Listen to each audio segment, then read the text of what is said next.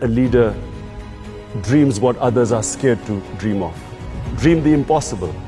And then that dream, I repeat, is not based on the self. They always think bigger than themselves. It's either their nation, their society, and then they struggle to achieve that dream. Now, the quality that distinguishes leaders is their ability to take pressure. How do you take pressure? When you struggle. When you struggle and when you have setbacks, you pick yourself up, you resume your struggle.